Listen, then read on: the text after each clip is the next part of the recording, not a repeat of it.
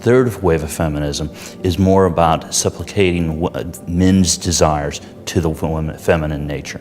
And it is something that is no longer about just equal rights and equal status. It is about superiority, and it's being pushed.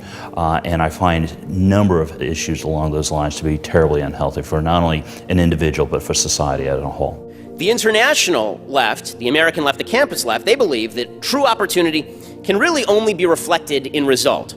Any inequality has to be the result of inequity. It's true for individuals, it's true for groups, and we can't just measure inequality in economic terms. It's not just the $4, $1 thing. We have to feel equal. We have to feel it. Deep in our bones, we have to feel like we're not being discriminated against, like society isn't colluding to harm us. So on college campuses, the administrators who buy into this stupid philosophy, they've set up their own little mini utopias. According to its cheerful website, the Human Rights Tribunal of Ontario, which is one of 7 tribunals that fall under the Social Justice Tribunals Ontario, states that it, quote, resolves claims of discrimination and harassment brought under the Human Rights Code in a fair, just, and timely way, end quote. What that means is that if you're a small business owner or a manager in an office or school or the president of a condo board, etc., a disgruntled employee or client can bring a complaint against you and your small business, alleging that you discriminated on the basis of race, sex, disability, religion, or what have you. There's a substantial list of the prohibited grounds of discrimination on the Ontario HRT website.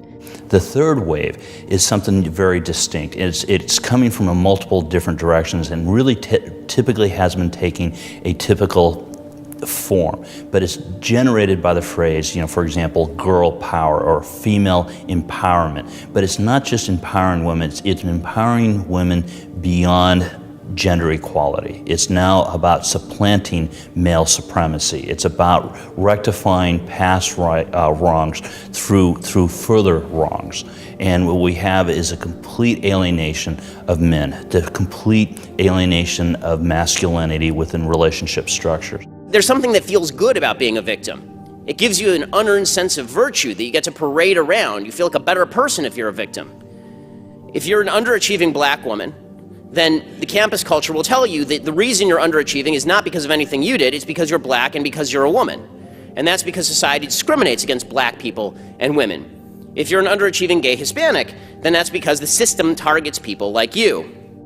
I do not see how introducing a specific duty to eliminate all forms of discrimination against just women, I don't see how that is not discriminatory in itself.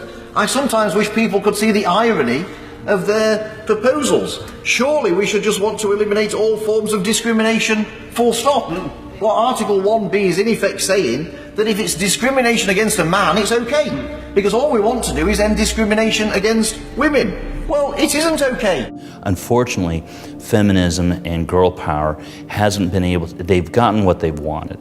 And they've created a world in which I think that they've gone very much astray. And it still hasn't answered the real question of being able to have the types of men, the types of relationships that they clearly, honestly want. And feminism isn't answering it. It's leading many women astray. It's leading men astray. And we're seeing it in rising and rising divorce rates and the catastrophic results that we see across our nation. Of course, Mr. Deputy Speaker, we oppose violence against women.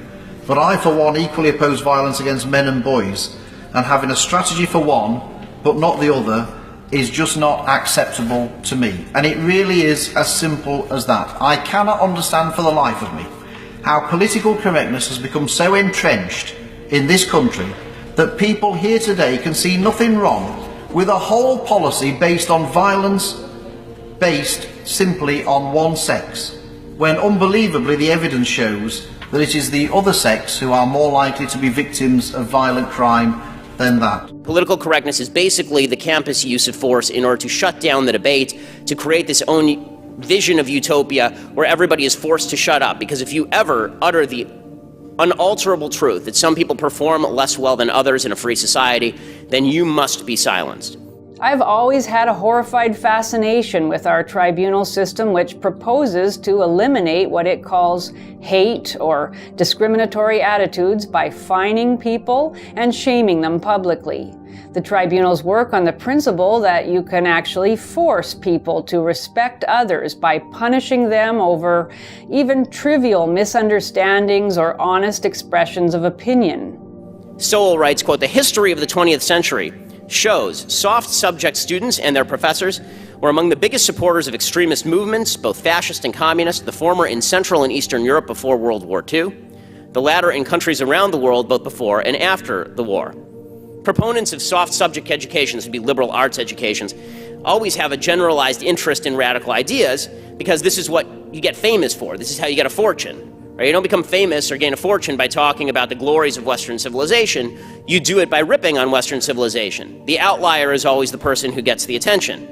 And young people, of course, are happy to ally with this because young people always have a taste for revolution, particularly in prosperous societies. On a very basic level, when you sit down and say as your child develops, when they don't have a two-parent household or family, nuclear family, you don't have the role models from the very beginning that relationships are stable and they will last, because your reality is they don't, and that starts to play off. You also have this father avoidance element that men they're simply not needed. They're inconsequential.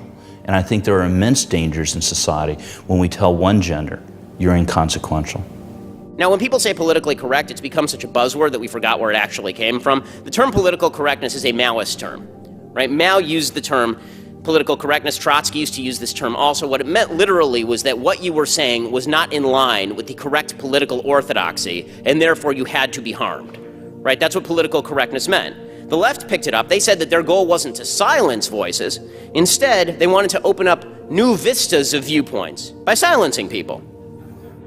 Today, in the postmodern Western world, it's very hard, regardless of where you reside and what's the social circle you mix with, to exchange any meaningful thoughts on race, on immigration, on educational policy, on cultural policy, without encountering some seriously strange looks and even, stunned and uncomfortable reactions from friends and neighbors. And that's why you avoid these conversations. So in other words, in a funny way, I might say I feel less free today in my 50s in the United States than I did in my teens as a teenager in Tito's Yugoslavia, because at least with people you could trust and with people who shared the same social and cultural milieu you come from, you could share your innermost thoughts without being looked upon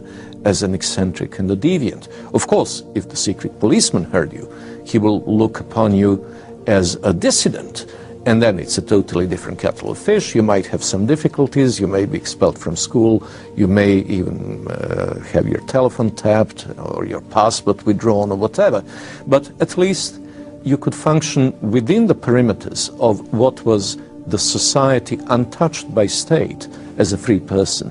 And that's, by the way, a phenomenon that many other East Europeans I know have mentioned, that in a funny way they felt freer at a time when they were being harassed by the secret police, when they were subjected to all kinds of unpleasantness by the state, because at least as individuals of integrity, they could be true to themselves and the society recognized them as such.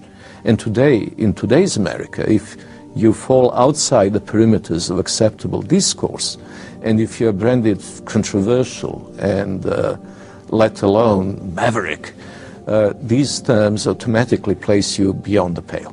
Political correctness says you don't even have to be a member of a victimized subgroup. You don't even have to be victimized in order to call political correctness and shut down the debate. You need to feel victimized. It's all about how you feel. So what this does is it incentivizes everybody to become a victim in their own mind, right? Because you have an advantage now. The minute that you claim that you're a victim, you can now shut everybody else up, right? Anybody who talks to you, I'm a victim, you hurt my feelings, shut up and go away. This is what we call fascism, right? But it's a fascism of cowardice. Is there an American version of the secret police? It functions in an informal and unofficial way. At the top of the scale, it is manifested in the firing of Juan Williams from NPR, At the lower end of the scale, it is non-tenure for those associate professors who do not toe the line, non-renewals of contracts in media outlets. There is a very well-developed informal mechanism which actually has the same end result.